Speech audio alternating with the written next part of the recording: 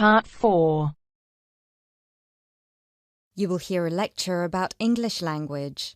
You have 30 seconds to look at questions 31 to 37.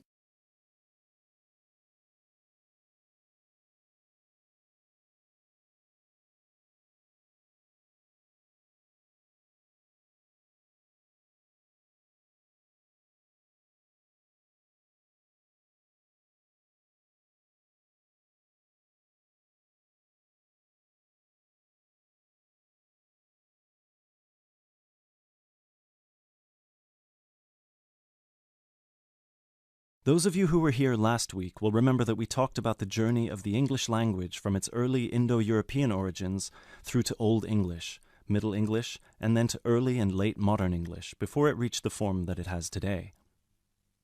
Today, we will be continuing that theme by focusing on the future of the English language and all the places it might go from here. There are about 2.1 billion people around the world who can speak English. Out of these, only 400 million are native speakers, which means that 4 in 5 English speakers are non-natives. This is obviously quite an impressive number, considering that just 2 centuries ago, in 1801, there were only about 20 million speakers of English around the world, and languages like French and German were ahead of English in terms of how many people were using them. But what does it mean? What it means is that the future of the English language doesn't really depend on its native speakers, but on that massive number of non-native speakers learning it around the world. Has anyone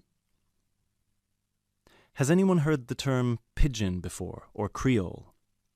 A pidgin is a simplified version of a language which acts as a bridge between two people who don't have a common language, allowing them to communicate with each other.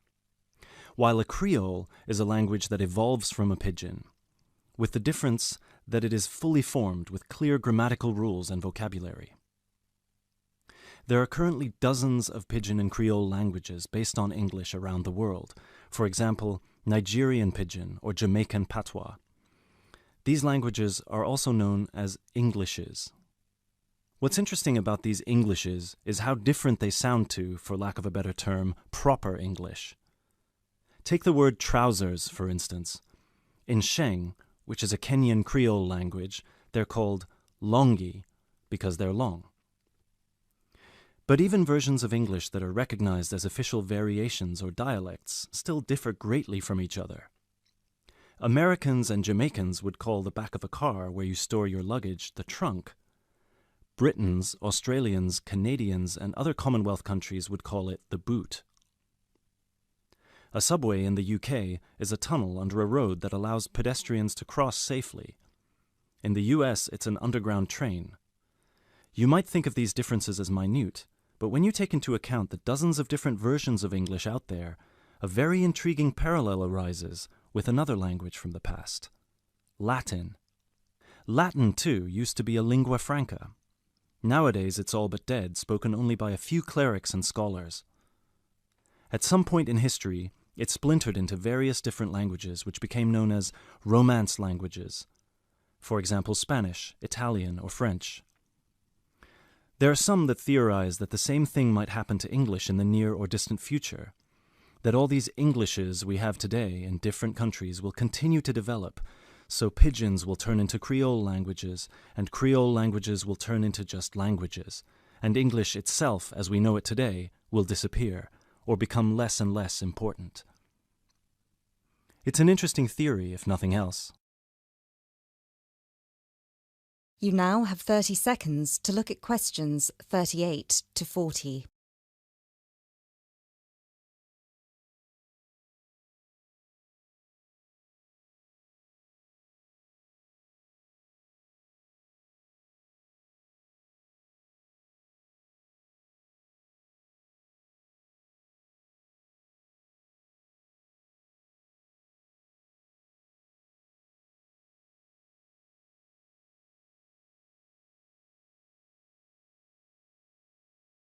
It makes sense that as English grows in popularity, countries, especially those with a strong sense of identity and tradition, will develop their own versions of the language, marked by the idiosyncrasies of their culture. Just think of the contribution of dialects such as Jamaican or South African English. In the past 50 years alone, they've added about 25,000 words to the English language. Most of these related to a local context that wouldn't have existed in English before the spread of colonialism. In terms of numbers, just those are enough for a brand new language. There are some flaws to this theory too, however. While it's true that Latin and English have a lot of similarities in terms of how they developed or have developed throughout history, there is one big difference. We currently live in an era of globalization. Today, you can be in India and stream an American film or TV series in seconds. You can be in Nigeria and listen to British music. You can be in Brazil and read a novel from an Australian author. Just a few centuries ago, this was unthinkable. So what's the other way that English could go? According to some experts, there's the possibility that it could maintain its status as the world's global language, but with a few differences. Already today, most conversations in English occur between non-native speakers. While many of these might be fluent, the majority probably only have an intermediate understanding of the language, devoid of the nuances, colloquialisms, and complex collocations that native speakers employ in their interactions. This means that over time, English could turn into some sort of world speak, the official lingua franca for the entire world, but in a simplified form. Some scholars have even started trying to develop that version of English by selecting the most useful words in the English vocabulary for non-native speakers to learn. Robert McCrum has compiled a comprehensive list of 1,500 words, for example, a version of English that he calls Globish. And what about traditional native speaker English? It might continue to exist, but lose its popularity, as the previous theory suggests. There are many more theories about the future of the English language, of course.